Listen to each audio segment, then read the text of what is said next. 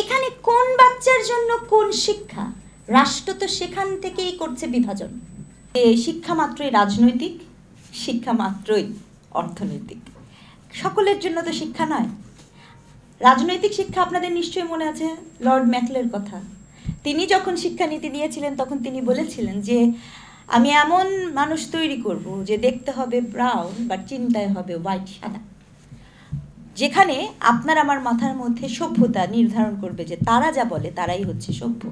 এটা ছিল সেই শিক্ষানীতি। কিন্তু আমাদের এই বাংলাদেশ হয়ে যাওয়ার পরে ওই কুদরতি খুদার কমিশন হলো 1974 সালের দিকে, সম্ভবত বা 72-এর দিকে, আমি এক্স্যাক্ট সালটা মনে করতে পারছি না। তারপরে যে শিক্ষানীতিগুলো এসছে, তার মানে আগে আমার বুঝতে হবে এই শিক্ষানীতি বা শিক্ষা সংস্কারের আমাদের পলিটিক্যাল এজেন্ডা কী, আমরা কোন রাজনৈতিক পলিটিক্যাল এজেন্ডা সেট করতে চাই এই শিক্ষানীতিকে কনফার্ম করার জন্য, যেটি সামান্য হলেও আমি আমার চোখে পড়েনি যে এখানে কোনো বোঝাপড়ার জায়গাটা পরিষ্কার আছে।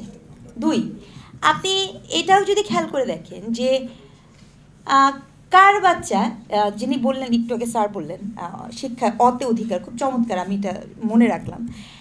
কার বাচ্চা বাংলা মিডিয়ামে পড়বে, কার বাচ্চা আইডল স্কুলে পড়বে, ভিকারনেসে পড়বে, হলি ক্রসে পড়বে, সেন্ট জোসেফে পড়বে, কোন বাচ্চা যে আপনার প্রাইমারি স্কুলে পড়বে, কোন বাচ্চা যে ময়মনসিংহের ভালুকা হেলবেরি, যার টিউশন ফি হচ্ছে আপনার বেশি না, মাত্র 26 লক্ষ টাকা, হ্যাঁ বেশি না খুব একটা, তো তার জন্য আছে।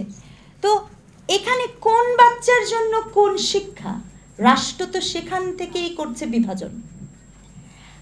কোন বাচ্চার জন্য কোন শিক্ষা, কোন প্রতিষ্ঠানের জন্য কোন শিক্ষা, কে কোন শিক্ষা গ্রহণ করবে, রাষ্ট্র তো আপনার এখানে একটা শ্রেণী বৈষম্য তৈরি করে দিচ্ছে। খুব টেকনিক্যালি আমি এবং আপনি তার প্রোডাক্ট। আপনি আমাকে মাফ করবেন, ঢাকা বিশ্ববিদ্যালয়ে সকল মেধাবী পড়েন বা জাহাঙ্গীরনগর বিশ্ববিদ্যালয়ের শিক্ষক হয়ে সবাই মেধাবী, এগুলো খুব ক্লিশে শোনায়।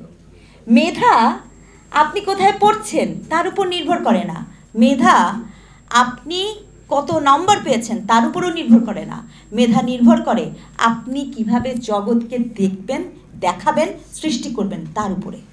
ইতিহাস তাই বলে। এই শিক্ষার চর্চা আমাদের এখানে কোথায় আছে?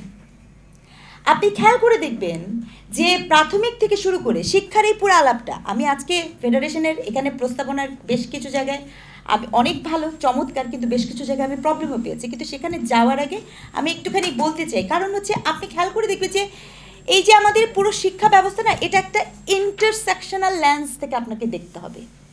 মানে আমাদের শিক্ষার আলোচনাটা কোনোভাবেই শুধু প্রাথমিক, শুধু এটা না। আপনি স্বাধীনতার 54 বছর পরেও একটা অভিন্ন শিক্ষা ব্যবস্থা তৈরি করতে পারেননি। আপনাকে এটা মানতে হবে, এই যেখানে মাদ্রাসা শিক্ষা ব্যবস্থার কথা বলা আছে, মাদ্রাসা একটা প্রতিষ্ঠান, শিক্ষা প্রতিষ্ঠান। যদি এটা আপনি ধরে নেন, তাহলে আমাকে বলেন তো সেই শিক্ষা প্রতিষ্ঠানের সেই শিশুদের কি খেলার মাঠের দরকার নেই? সেই শিক্ষা প্রতিষ্ঠানের সেই শিশুদেরকে কি আপনার সামনে পার্টিসিপেট করার দরকার নেই? তাদের কি অন্যান্য জায়গায় যাওয়া আসা, সেই জায়গায় সেই সুযোগগুলো দেওয়ার দরকার নেই? কিন্তু সেই জায়গাগুলো কি আছে? ঢাকা শহরের ডান দিকে বাম দিকে আপনার বাসার নেক্সট ডোরে আপনি কি এরকম প্রতিষ্ঠান দেখতে পাচ্ছেন না?